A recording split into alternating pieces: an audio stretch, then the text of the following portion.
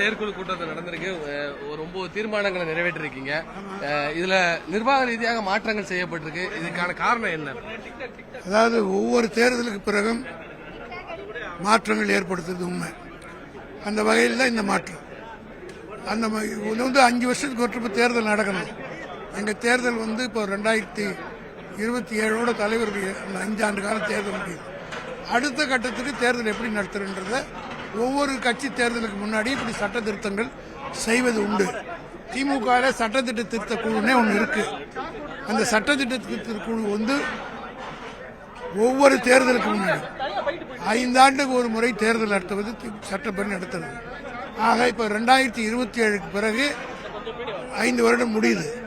அடுத்த தேர்தலுக்கு ஒவ்வொரு தேர்தலுக்கு எப்படி முதல்ல வட்டம் தாலுக்கா இருந்தது, அப்புறம் ஒன்றியம் வந்தது.